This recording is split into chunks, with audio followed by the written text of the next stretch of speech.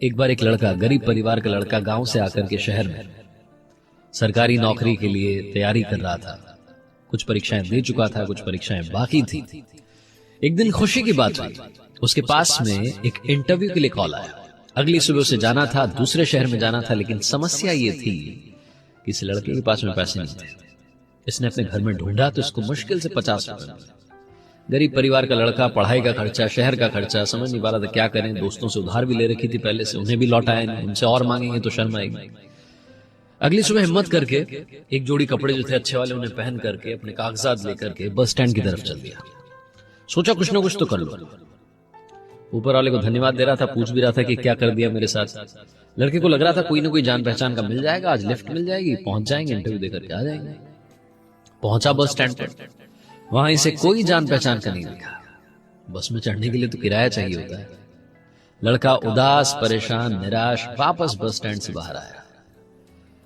आकर के देखता है पास में एक बड़ा सा मंदिर था। सोचा ऊपर वाले से जाकर के ही मांग लेता हूं, क्या चाहिए आपको, मुझसे क्या चाहिए।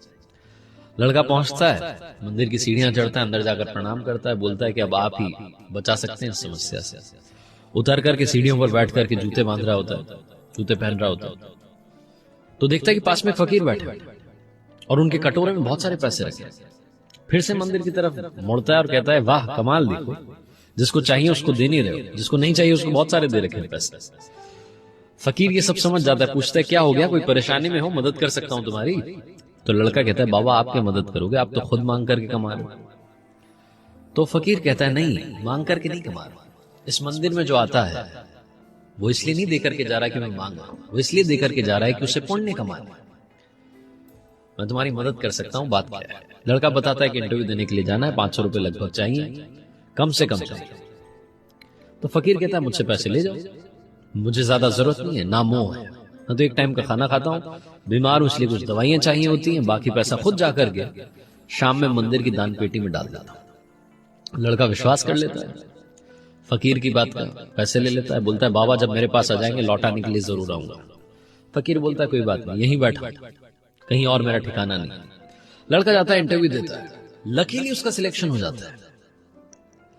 खुश होकर के वो लड़का शाम में जब वापस अपने शहर आ रहा होता है तो सोच रहा होता है कि बाबा को धन्यवाद करूंगा, उन्हीं की वजह से आज चमत्कार हुआ है। पहुंचता है उस मंदिर के पास तो देखता है कि वहां सीन बदल चुका है। वहां भीड़ जमा थी, लोग ही लोग इकट्ठे। उनसे पूछता है क्या हो गया, तो एक बंदा कहता है एक फकीर की मौत हो गई। भीड़ को छांट करके आगे पहुंचता है तो वही बाबा जिन्होंने मदद की थी वो मरे हुए पड़े थे। एक व्यक्ति कहता है आज इन्होंने दवाई नहीं दी, शायद पैसे नहीं रहे होंगे इसलिए चले गए। लड़का कहता है वाह ऊपर वाले, एक इंसान किसी की जिंदगी बनाने के लिए खुद की जिंदगी दांव पर लगाकर चला गया। समझ नहीं पाता है क्या करे, भौचक्का रह जाता है। भीड़ में से एक और इंसान की आवाज आती है, भिखारी था मर गया, अच्छा हो, वैसे भी किसी काम की नहीं होती। ये छोटी सी कहानी हमें दो बातें सिखाती है। पहली बात, हमेशा दूसरों पर विश्वास करो, उनकी मदद करो, क्योंकि हम जब मदद करेंगे तभी एक दूसरे की मदद करते हुए आगे बढ़ पाएंगे। और दूसरी बात, भरोसा रखो, जब आपको लगता है कि लाइफ में कुछ नहीं हो सकता तब कहीं ना कहीं से आपको मदद जरूर मिलेगी। ऊपर वाला आपको भी नहीं मालूम आपको कब किसी का ऊपर वाला बनाकर कहीं भेज दे, इसलिए मदद करो और इस बात पर यकीन रखो कि आपकी जिंदगी में भी कोई ना कोई ऊपर वाला जरूर आएगा।